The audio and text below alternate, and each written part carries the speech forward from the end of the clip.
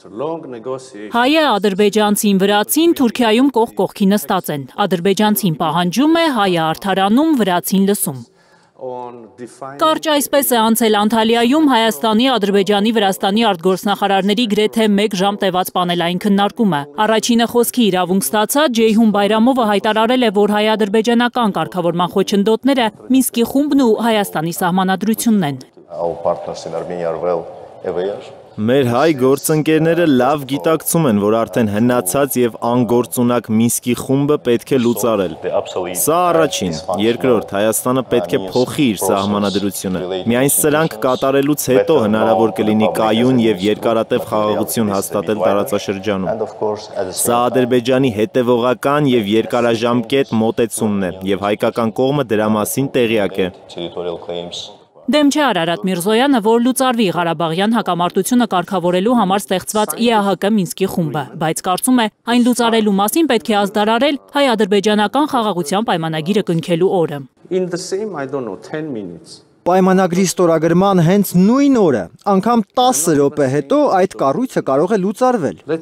Հայաստանը պատրաստ է ստորագրել ԵԱՀԿ Մինսկի խումբը լուծարելու մասին որոշումը հենց նույն օրը, երբ կվավերացվի Ադրբեջանի հետ խաղաղության համաձայնագիրը։ Հայ-ադրբեջանական խաղաղության համաձայնագրի համար Միրզոյանի համոզմամբ խոչընդոտ չէ մեր սահմանադրությունը։ Բայրամովի պնդումները, թե պայմանագիրը ստորագրելու համար Երևանը պետք է սահմանադրությունից անի անկախության հռչակագրի հղումները, որ իբրև տարածքային պահանջ են Ադրբեջանի նկատմամբ, հիմնավոր չի համարում Միրզոյանը։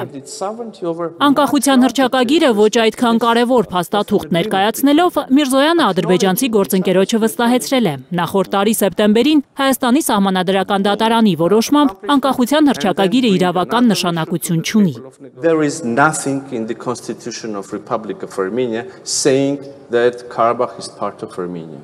Այնտեղ ոչինչ չկա այն մասին, որ Ղարաբաղը Հայաստանի մաս է։ Ոչինչ չկա։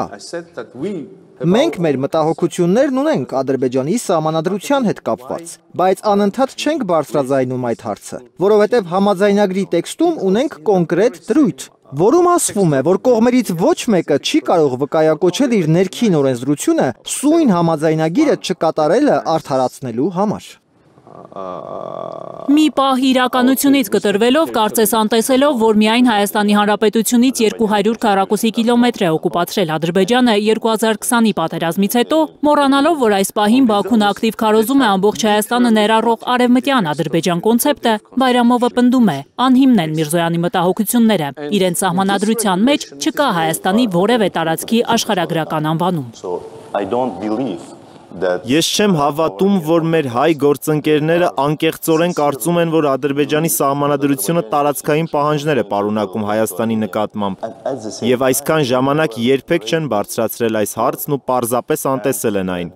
Եթե համարում ես, որ մեկ այլ երկրի սահմանադրության մեջ տարածքային պահանջներ կան քո երկրի նկատմամբ, այդ դեպքում միայն ձևացնում ես, թե խաղաղության պայմանագիրը կնքելով լուծում է տրվելու եղած խնդիրներին։ Այդ հարցը բաց է մնալու, քանի որ միջազգային որևէ համաձայնագիր չի կարող վերացնել քո սահմանադրության մեջ առկա խոչընդոտը։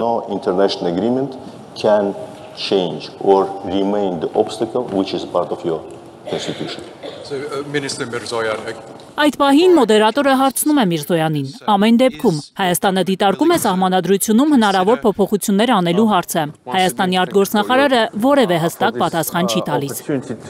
Լրագրողների հարցին, թե արդյոք Անկարան Երևանի առաջ սահմանադրությունը փոխելու պահանջ է դրել հայ-թուրքական հարաբերությունների կարգավորման բանագնաց քլեչը, Անտալիայում պատասխանել էր, թե Նիկոլ Փաշինյանը սահմանադրության փոփոխության վերաբերյալ հայտարարություն է արել։ Այդ համատեքստում Հայաստանը կկատարի անհրաժեշտ փոփոխություններն իր սահմանադրության մեջ։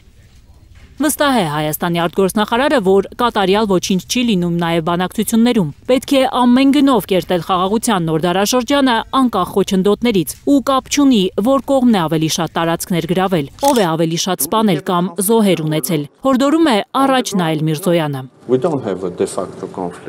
Դե ֆակտո մենք հակամարտություն չունենք, սակայն դե յուրե դեռ չկա ստորագրված խաղաղության պայմանագիր։ Լուծումը փաստաթղթի ստորագրումը ու հակամարտության դադարեցնելն է։ Վրաստանի արտգործնախարարը, որի ներկայության մասին կարծես մոռացել էին քննարկման առաջին մասում, կրկնել է պաշտոնական Թբիլիսիի չփոխվող դիրքորոշումը հայ-ադրբեջանական հարաբերությունների կարգավորման մասին։ Հայաստանը եւ Ադրբեջանը կարող են հույս դնել Վրաստանի վրա, որը պատրաստ է տրամադրել բոլոր հնարավոր միջոցները տարածաշրջանում երկխոսությունը հեշտ դարձնելու համար։ Հայ-ադրբեջանական երկխոսության մասին Անտալիայում խոսել են Էրդողանն ու Ալիևը։ Թուրքական լրատվամիջոցները գրում են, թե Ալիևը լավ նորություններ է խոստացել հայտնել մեծ եղբորը մի քանի շաբաթվա ընթացքում։ Գանա Մովսիսյան, Նորայր Հակոբյան, Հայլուր։